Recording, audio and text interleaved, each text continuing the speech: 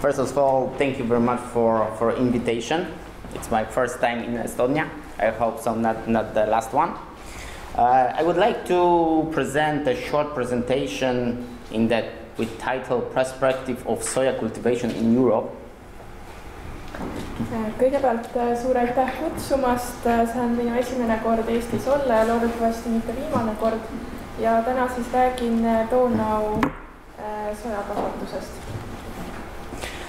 The title Perspective of Soja Cultivation in Europe is a main topic, but I also would like to explain something about our association, what we are doing, what our aims, and show you the whole picture in Europe about the soja. Minu ettekande põhiteemaks on sojakasvatuse perspektiivid, aga samuti tahan rääkida natuke meie organisatsioonist, sellest, mida me teeme, mis on meie eesmärgid ja näidata teile seda suuremat pilti. First of all, who we are. I think we are the biggest organization focusing on soya in Europe. Kõigepealt siis, kes me oleme? Ma arvan, et me oleme Euroopa kõige suurem organisatsioon, mis keskendub sojale. The main goal is build European protein security, rise cultivation of soya in Europe, develop market for locally producing soya, and support sustainable and non-GM soya products for food or feed industry. Meie põhieesmärkideks on ehitada üles Euroopa valgu turvalisust, suurendada sojakasvatust Euroopa tasandil, arendada turgu soja kohalikuks tootmiseks ja toetada jätkusuutliku ja GMO-de vaba sojatoodete kasutamist toidu- ja söödatööstuses. We are doing this aims by the several or maybe more different activities in whole Europe. Me viime läbi erinevaid tegevusi kogu Euroopa tasandil. And if you see on the map, we are starting from this green one. It's a Danube region, the Danube River region.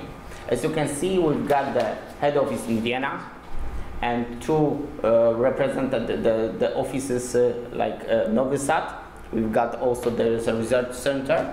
We've got the office in Bucharest and office in Poland, in my place, and some regional representative in Moldova, in Ukraine, in Italy, in Switzerland, in Germany. So we're covering from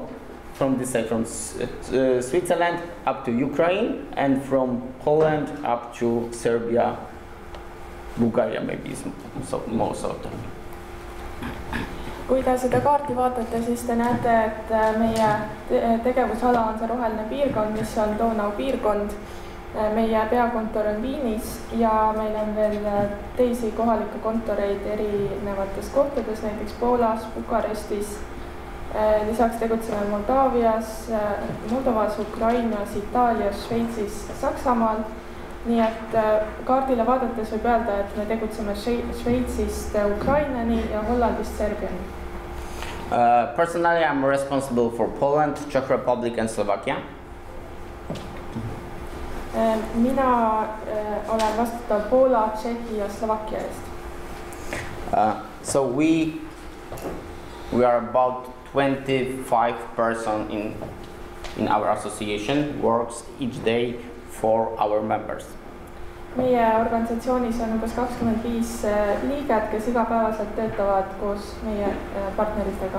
Because we are realize that we have to support our members to help them develop the soya cultivation, soya use, European soya in those countries. Me tahame toetada oma liidu liikmeid, et nad suudaksid paremini arendada sojakasvatust Euroopas. As you can see, now we have over the 270 members in our association, and if you see the logos starting from some NGOs like WWF or Greenpeace, and through the processor, through the trading companies like Cefetra, like for Viva, like Cargill, for example, up to processors.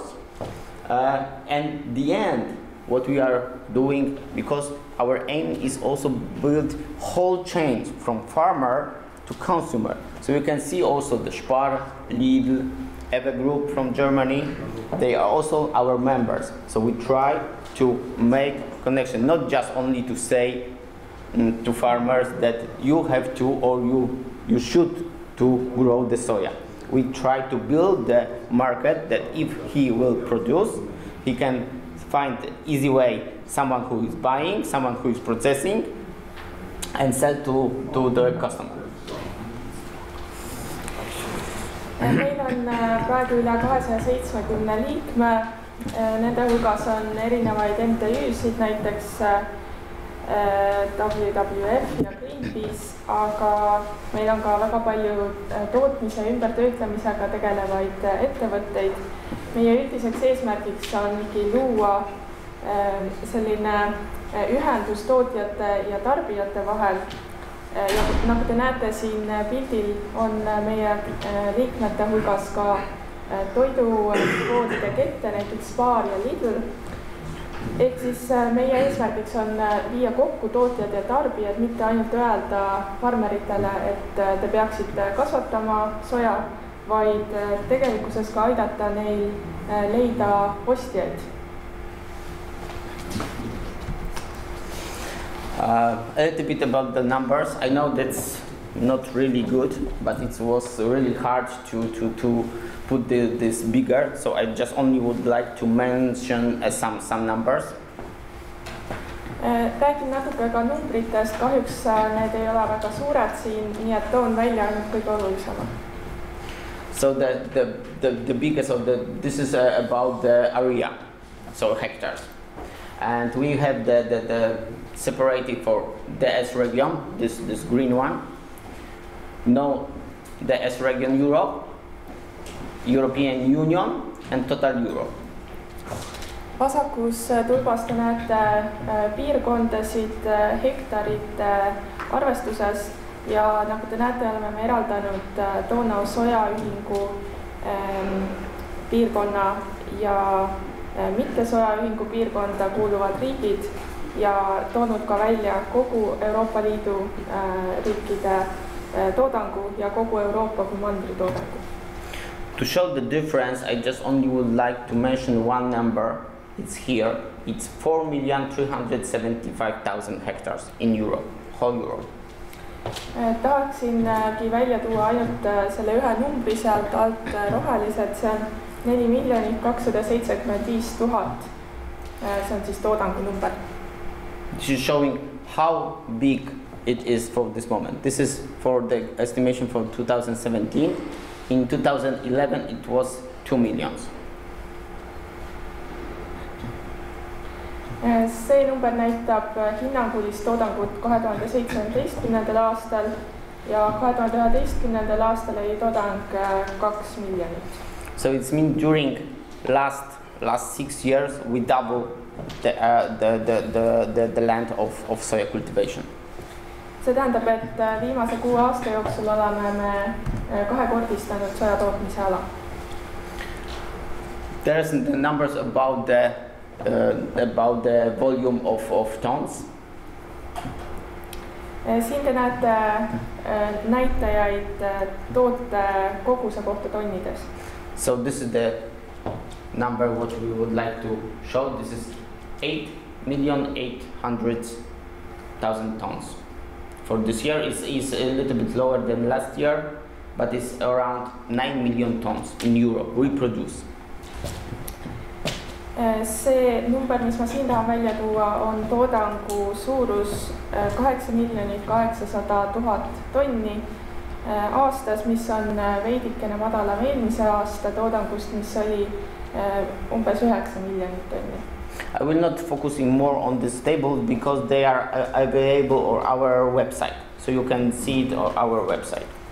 Ma pikemalt ei peatu selle tabelil, sest seda on võimalik leida ka meie veebilehelt. So why soya in Europe? Of course, for this, feed and food, especially for feed. Miks siis kasvatada Euroopas soja? Loomulikult söödaks ja toiduks ja eelkõige just söödaks. We are talking about because we import about 40 millions per year. Ja ma räägin sellest sellepärast, et praegusel hetkel toome me sisse ligikaudu 40 miljonit tonni soja aastas. Some huge amount. Now we've got in Europe 25% of our domestic soja. See on väga suur number ja Euroopa ise toodab kõigest 25% meie kasutatavast sojast. So 75% of our protein for our animals we import. This is dependency. 75% valgust, mida me tarbime, toome me sisse väljastpoolt. And this is what whole Europe would like to change. Ja see on miski, mida kogu Euroopa tahaks muuta. And this is why in our first and main goal was the protein security of Europe. Ja sellepärast ongi meie põhieesmärk proteiini turvalisus Euroopas. Why it's so important? Miks see on nii oluline? What if transport system break down in South America? Mis saab siis, kui transpordisüsteem ei tööta hästi Lõuna-Ameerikas? We haven't got enough protein in Europe to feed our animals, so we have to stop produce meat, eggs, milk. Oh, milk is the less. Meil ei ole Euroopas piisavalt palju valku, et meie loomi toita. Ehk siis, kui see juhtuks, me peame peatama liha tootmise, piima, munade tootmise. What's happened in Brazil, the biggest importer, shifts from soybean export to meat export. Mis juhtub siis, kui Brasiilia, kõige suurem soja eksportija, otsustab soja asemel hakata hoopis liha eksportima? And don't forget about China. Yeah, they are buying more and more and more. To show it, during last 10 years, they starting importing from about less than 20 million tons, up now it's about 70 million tons during last 10 years. And China will have to remember that they still growing, still rising. Ja loomulikult ei saa unustada Hiinat, kes on maailma suurim sojaturg. Hetkel ostavad nad palju rohkem kui 10 aastat tagasi, kui ostati sisse 20 miljonit tonni soja. Praegu ostab Hiina sisse 70 miljonit tonni soja aastas. Ja see pidevalt kasvab. Breaking to the braking system down in transportation. It's something like this happens in 2013 and 2014. See näide transpordisüsteemi mitte toimimise kohta, see juhtus aastatel 2013-2014. Surprisingly, it touched just only non-GMO products. Tegemist oli Hollandiga ja Hollandi GMO-vabade toodete ekspordiga. So the Brazilian producer of non-GM soya tried to send the non-GM soya to Europe.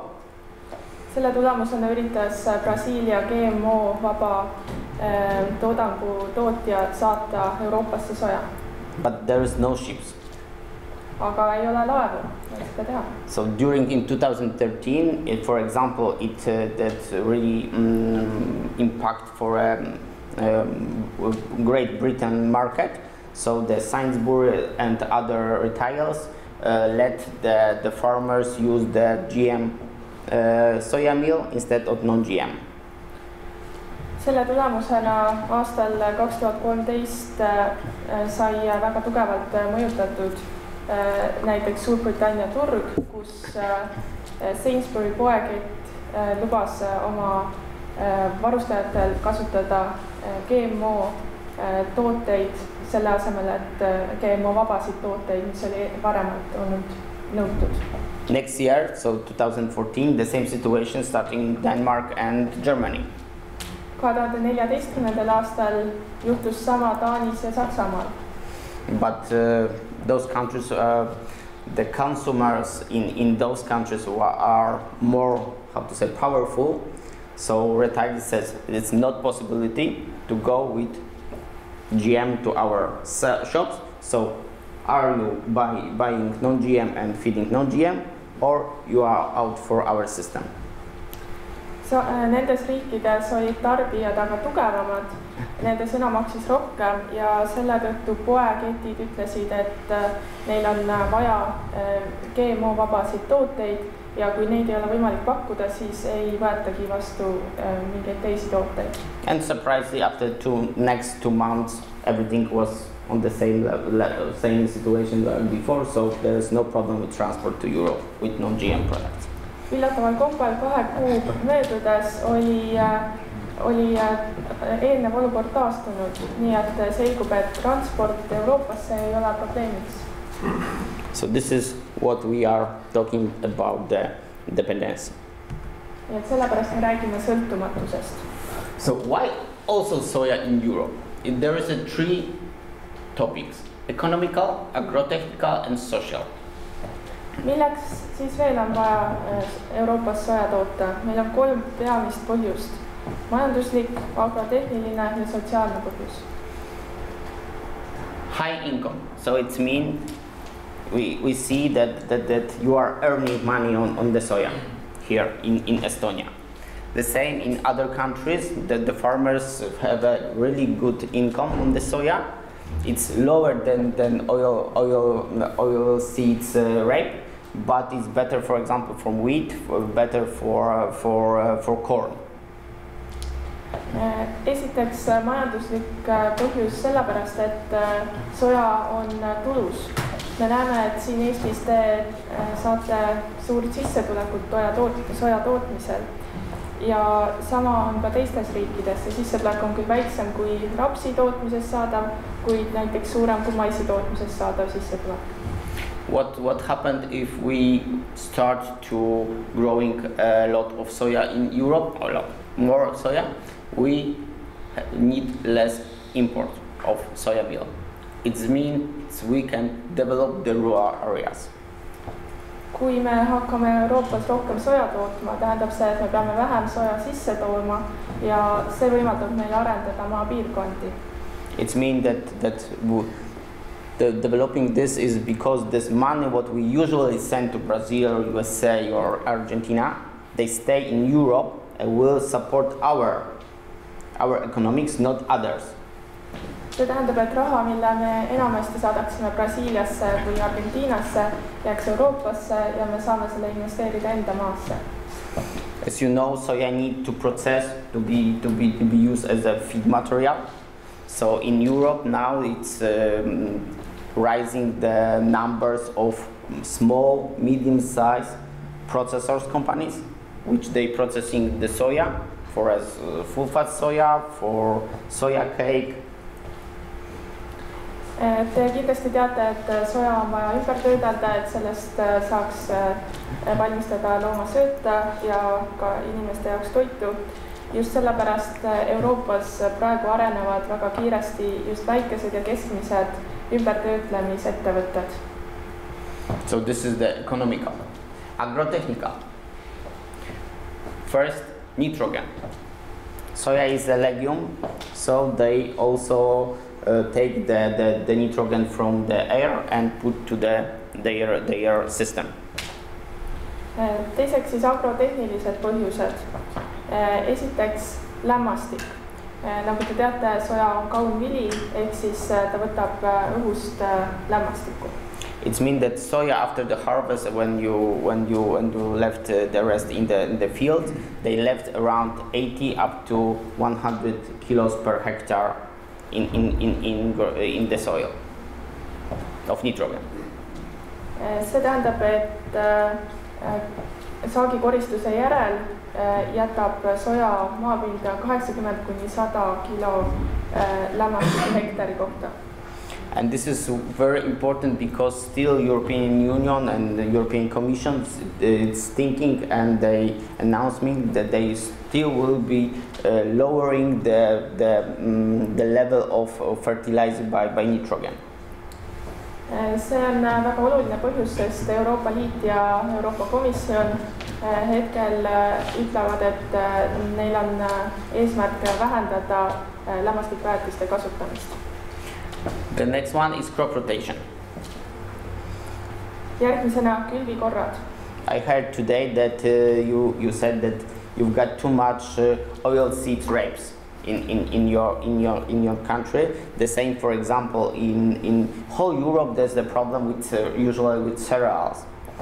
The one of the red light is the Poland that we have in our market sharing 74% of cereals. We cultivate it. Cereals is wheat, etc.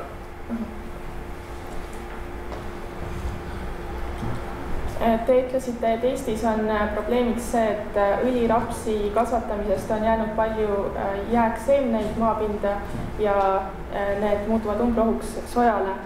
See probleem on sama ka mujal Euroopas ja näiteks Poolas on väga suur probleem siis teraviljadega, mille seemned moodustavad 74% umbrohust. So for example, in Poland we use the cereals, corn and rape. Poolas kasvatatakse enamasti teravilja, maisi ja rapsi. It's not the crop rotation. It's the killing of the soil. This is the tree. This tree crops. It's not the crop rotation. It's the killing of the soil. Devastating of the soil.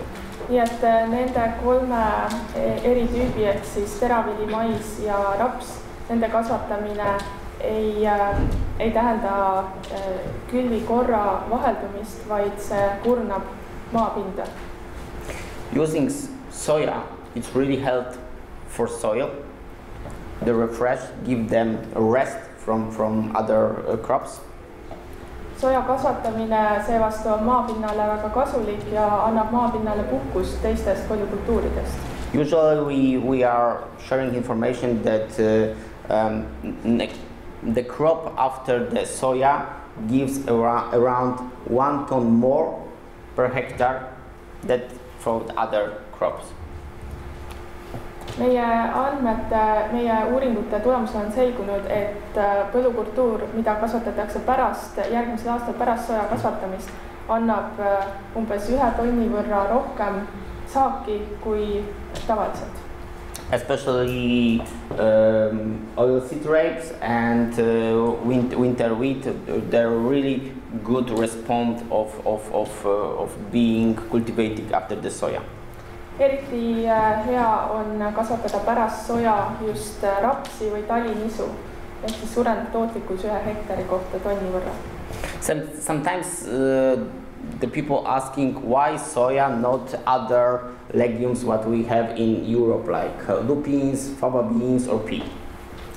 Sageli küsitakse, miks just soja, miks me ei võiks kasvatada mõnda muud kaunvilja, mis on samuti Euroopas levinud, näiteks erinevaid oatüüpe. And the answer is here. Vastus on siin. Because whole entire European feed industry using soya.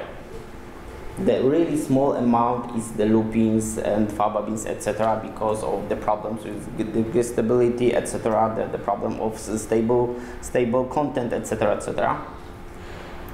Kogu Euroopa loomasöödatööstus kasutab eelkõige just soja, sellepärast et teiste oatüüpide puhul on stabiilsusprobleeme esinenud. So if we've got the soya, it's easy to sell it without any problem because feed industry knows this product and really like it. Nii et kui me kasvatame soja, on seda väga lihtne müüa, sellepärast et söödatööstused usaldavad meid ja teavad, et sojaga ei teki probleeme.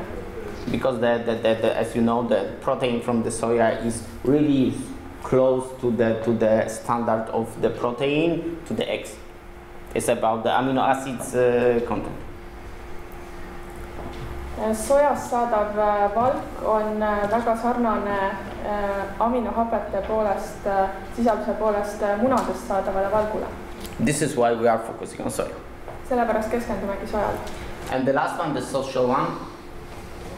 Ja viimaseks sotsiaalsed põhjused. It's the thinking about how now the market of the customers is changing. Now we can see this traditional, it's local, it's homemade, etc., etc. So people better if they can choose, they choose something what is closer to them. Tarbijate jaoks on turg hetkel suuri muutusi läbimas. Kindlasti olete märganud, et inimesed eelistavad viimastel ajal traditsioonilisemaid, kohalikke ja kodus valmistatud tooteid. Seega inimesed soovivad midagi, mis oleks kodulähedane. So usually if someone's telling about the soya is, oh, this is the bad soya from America, for sure the GM, we don't need it. But we have the European soya, the good soya.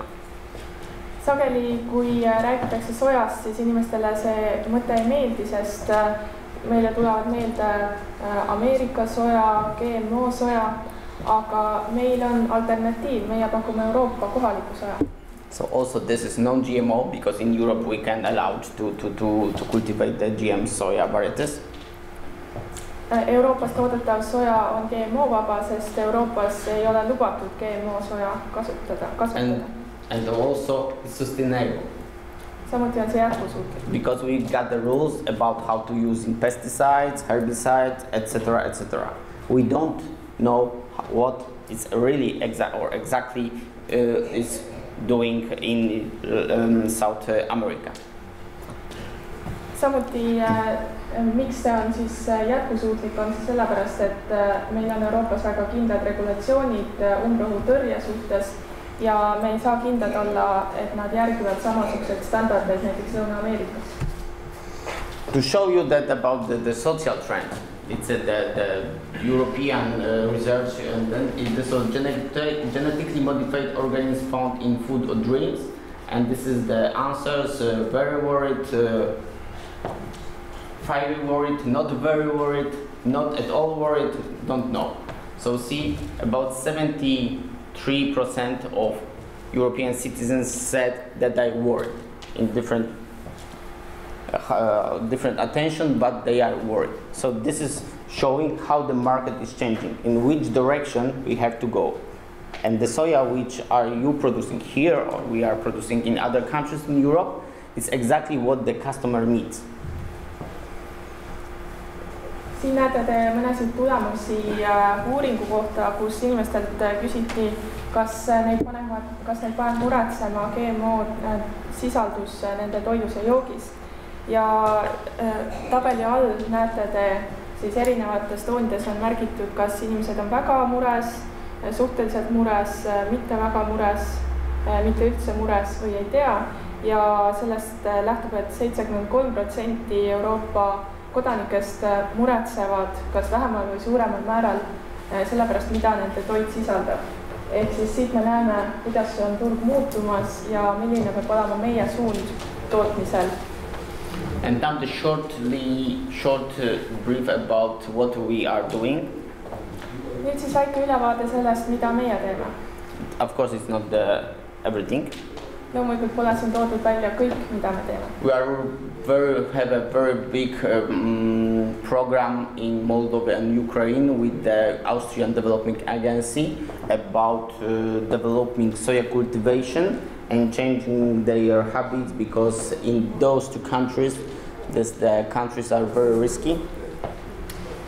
Meil on käimas suur projekt koostöös Moldova ja Ukrainaga ning Austria arenguagentuuriga. Selle projekti raames me arendame soja kasvatust ja üritame muuta ka inimeste tarbimisharjumusi. It's risky because there is a lot of illegal cultivation GM varieties of soya.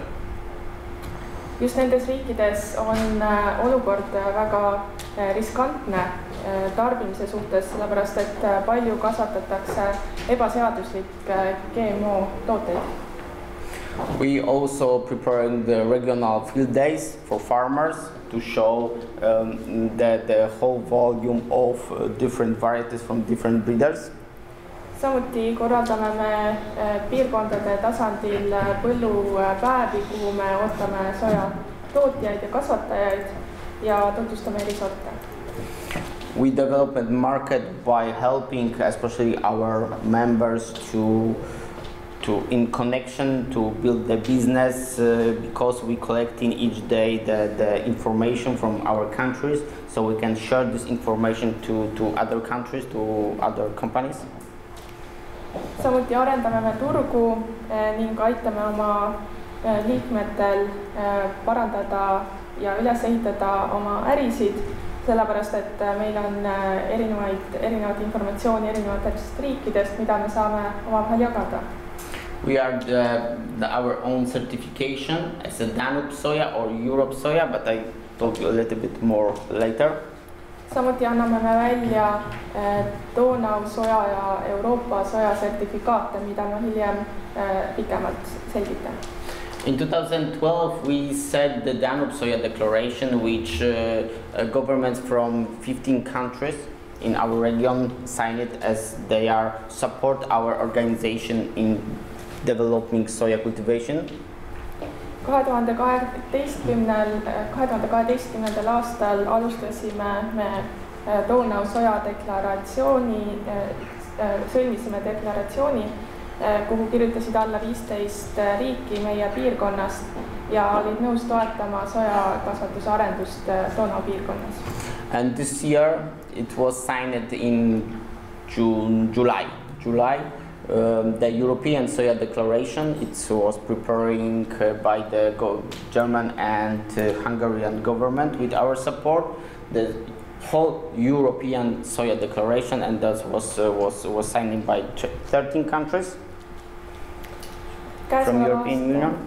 Käesoleva aasta 17. juulil allkirjastati Euroopa Soja Deklaratsioon, mis valmistati ette Saksamaa ja Ungari valitsuste poolt meie toel ja sellele kirjutas alla 13 riiki. Our certification. If you forgot for this moment, for this, somewhere should be the mark. Okay, if you forget this certification, usually we start here. So here is coming the soya meal, and we start this part only. We don't see that it's European DonauSoja certification. Our goal is to start with soya here, sowing, put the seeds, growing, processing, feeding, and labeling. The whole chain will be in Europe. Enamasti algab Euroopas soja töötlemine sealt keskelt, kus antakse sertifikaat, soja töödeldakse ümber ja saadakse sojatooted. Aga meie eesmärk on alustada juba külvifaasist, kus me külvame, koristame, transpordime ja siis juba töötleme soja ümber kõik Euroopa siseselt. Because it's traceability. See annab meile võimaluse paremini jälgida. This is under inspection of governmental national institutes. Samuti saame me tootmist kontrollida riigi ja kohalikul tasandil. We've got the European processors. Meil on Euroopa töötlejad. Short transport. We don't have to go from the overseas through the whole Atlantic to us. Meil on lühem transport, ei ole vaja ületada Atlandi ookeani. And consumers benefit because they exactly know what they buy. Ja tarbijad saavad kasu, sest nad teavad täpselt, mida nad ostavad. And now our certification is starting from the beginning for the whole this chain up to the end product. You can mark them as a DonauSoja if it's the Danube River region, or as a DonauSoja if the soya was cultivating in other places, as you can see here. Meie sertifikaadid väljastatakse siis kogu selle protsessi läbinud sojatoodetele ja kui meil on lõpptoode, siis me võime sellele panna sildi DonauSoja, kui kogu protsess on läbi viidud Donau piirkonnas või Euroopa soja, kui see on siis mujal Euroopas tervenisti läbi viidud. I think the battery is low, so this is why. So you can see this region, the more green is the Danube certification region, the rest is European soil. See tumerohelisem piirkond keskel on siis DonauSoja liidu piirkond ja heleroheline on ülejäänud Euroopa soja piirkond. What is very important for farmers, this certification is for free. Väga oluline on teada, et sojakasvatajatele on sertifikaat tasuta. For farmers from European countries, because from Moldova, from Ukraine, they have to pay. See on tasuta Euroopa sojakasvatajatele. Näiteks Moldovas ja Ukrainas on kasvatajatel vaja maksta sertifikaat. Because there is a very risky countries, so we have extra inspections what we have to do. So for example, if the farmer on Ukraine would like to certificate as Danube soya, Europe soya, first samples we take from the fields before the harvest. We inspecting the fields, taking the samples. This is the first step. Näiteks Ukraina piirkond on väga riskantne, need mõlemad piirkonnad on riskantsed, Ukraina ja Moldova. Seega on vaja meil läbi viia täiendavaid kontrolle. Näiteks kui keegi Ukrainas soovib endale saada seda sertifikaati, siis kõigepealt võetakse testid enne siis põllukultuuri koristamist. So more information is on our website, or if someone is more would like to get more, just send me the email, I will explain everything. Meie veebilehelt leiate rohkem informatsiooni või võite ka kirjutada, et otse kontakti saada. Now we back to the topic. Aga lähme tagasi teema juurde. So perspective of soya cultivation in Europe. Nii et perspektiivid soja kasvatamiseks Euroopas. So first, market exists both for feed and for food. Esiteks, turg on olemas nii sööda kui toidu tööstuses. To explain, for this moment, for example, the market for non-GM soya meal, soya cake or soya beans in Poland is so huge that we have to import from Serbia, Croatia, because first from Czechia and Slovakia already is buy. So for example, GMO-vabade toodete turg on Poolas näiteks niivõrd suur, et meil on nii palju klientide huvi, et me peame juba sisse tooma tooteid Serbiast ja Horvaatiast, sest näiteks Tšehhi ja Slovakkia turud on juba ammendanud ennast. Because the farmer who cultivates soya, when he's starting putting the seeds in the ground, they already have the signed paper with someone who will buy it from him after the harvest. Need turud on ammendunud sellepärast, et kui sojakasvataja paneb seemne mulda, juba sel hetkel on tal olemas leping kellegagi, kes tema toodet hakkab ostma. Also, there is no problem with processing plants because we can use it old machinery from oil from rapes. So they changing, it's the easy way to do, or they building the new one. There's a lot of investigation, and also the big companies like Bunge or ADM, they are also focusing on it. So for example, ADM in last year they switched their crushing plant in South Germany from the rape to the European soya.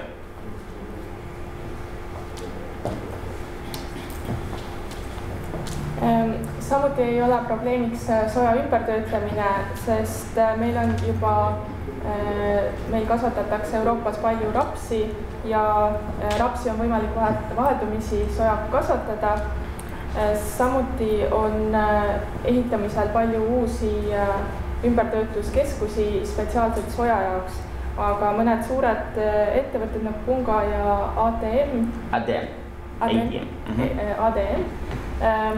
on just keskendunud nende ümbertöötluskeskuste ümberehitamiseks, et nad sobiksid soja ümbertöötlemiseks. Varem on need siis olnud rapsi töötlemiseks mõeldud keskused ja näiteks Saksamaal on seda toimunud juba palju. People are looking for non-GM labeling product, local product. So this is the really easy to putting on the market, to showing how it looks like in Germany, Czechia, Denmark, Netherlands. From October, almost whole dairy sectors are changing to non-GM. It's easy for dairy. Inimesed on väga huvitatud GMO-vabade toodete ostmisest ja kohaliku toodangu ostmisest, seepärast on väga kerge sojatoodetega turule tulla ja seda me oleme juba näinud paljudes riikides, näiteks Saksamaal, Taanis ja mujal, kus piimatooted on täielikult GMO-vabadeks muudetud. It's easy for dairy because if you're feeding the milk cow, the content of the soya meal is the lowest one to compare other animals. So the impact of the different price between GM and non-GM, it's zero in the end product. Piimatoodete tööstuses on väga kerge minna üle GMO-vabale toodangule, sellepärast et veiste söötmisel on soja kogused suuremad võrreldes teiste tootmisvaldkondadega, sellepärast ongi võimalik siis minna GMO sisaldusega nulli lähedale. Also the labeling of the plant and animals product, like we've got in France, in Germany, Austria, help with doing with this. Samuti on abiks see, et loomsed ja taimsed toodangud saavad spetsiaalsed sildid, mis on juba juhtunud Prantsusmaal, Saksamaal ja Austrias. Also the support from governmentals and European Union. Samuti toetavad seda eri riikide valitsused ja Euroopa Liit. To giving the money for researchers or extra payment for cultivating high protein crops. Toetatakse rahaliselt siis nii sojaalaseid uuringuid kui kõrge proteiinisisaldusega toodete kasvatamist üldiselt. And also the possible changes in biofuels after 2020. We have to remember that this year the European Commission mentioned that they reduce about the half the content of biofuels in biodiesel, in diesel. So it makes that the oil production from rape will be cutting down. So this is the empty space. We don't want to go with cereals. We have to find something, and especially for oil companies, soja is the only one possibility. Samuti võivad alates 2020. aastast muutuda biokütuste kasutamise maht. Euroopa Komisjon on sellel aastal öelnud välja, et nad tahavad vähendada poole võrra tavadiisli tootmist ja asendada selle biodiisliga.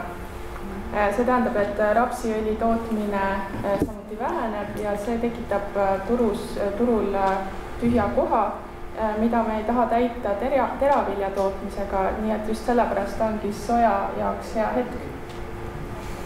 And the last one, we have new good non-GMO varieties. In our European list of varieties, we've got over 300 different varieties registered. So we have something on which we can build our future about the soya cultivation. Ja viimase põhjusena see, et meil on juba olemas paljud head GMO-vabad sordid. Euroopas on üle 300 erineva sordi, mis on GMO-vabad, nii et see on hea alustala, millele tulevikku ehitada. Okay. I see them over the time. Sorry.